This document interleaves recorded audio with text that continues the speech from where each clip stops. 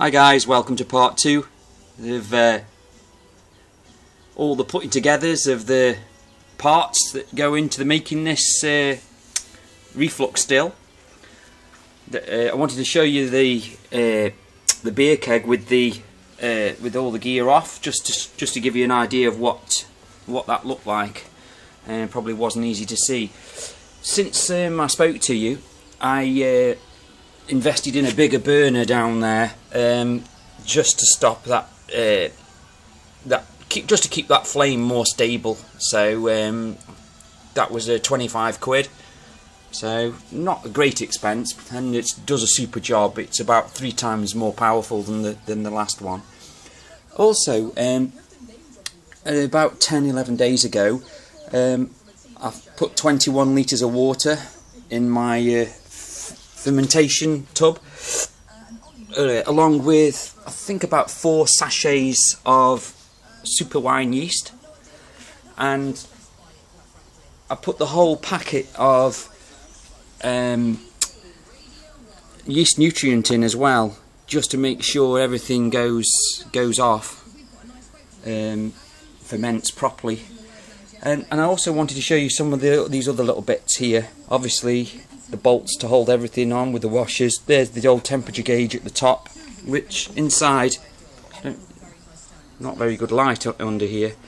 That's the little well that the thermometer sits in, and that picks up that heat like bob on. It's really accurate, and that's what it is now, temperature wise.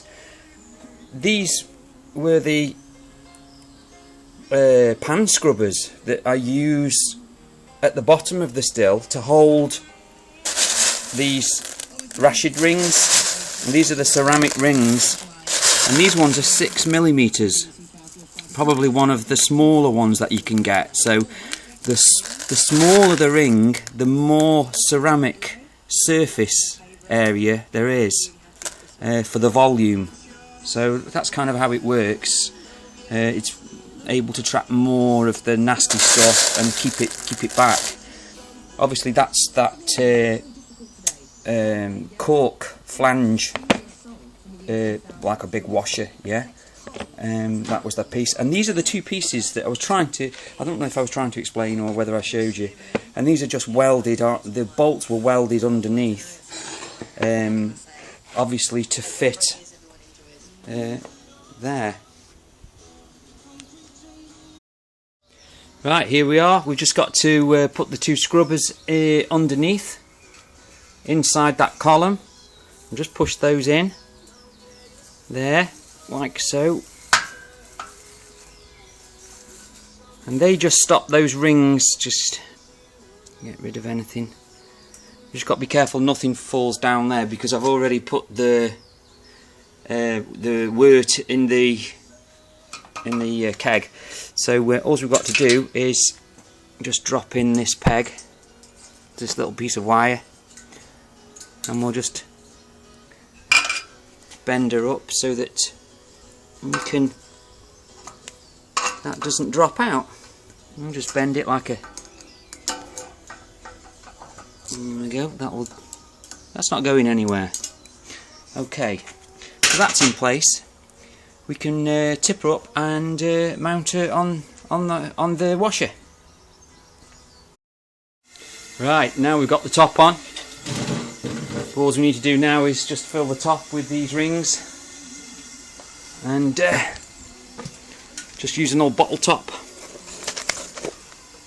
and see if we can get some of these in here. Famous last words.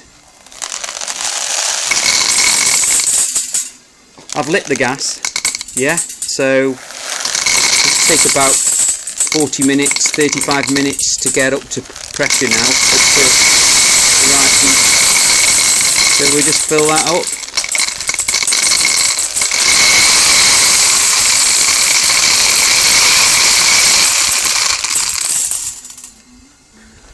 I don't think I've dropped any yet.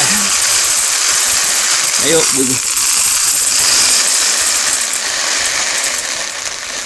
I take these rings out after every time because I like to keep everything clean and some people leave them in and just wash them out. But,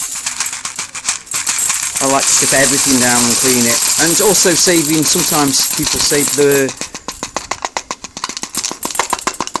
Come on. Sometimes people save what you've got left over from a boil and put it with their next boil. I don't use it, I just start afresh every time. I don't see the point really. But the sugar that I added to the wort, I think I added 4 bags, 2.2 pounds, so yeah, so just under 4 kilos of sugar went into that 21 litre water.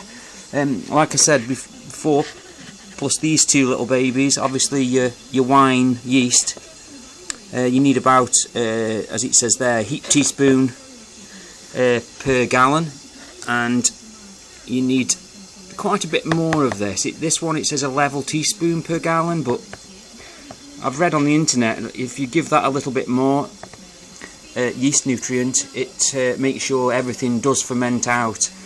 And then after when you collect your batches, you can mix. Obviously, you can buy your different flavourings of mixes, or you can add a vodka flavouring, because obviously what we're doing here is pure alcohol.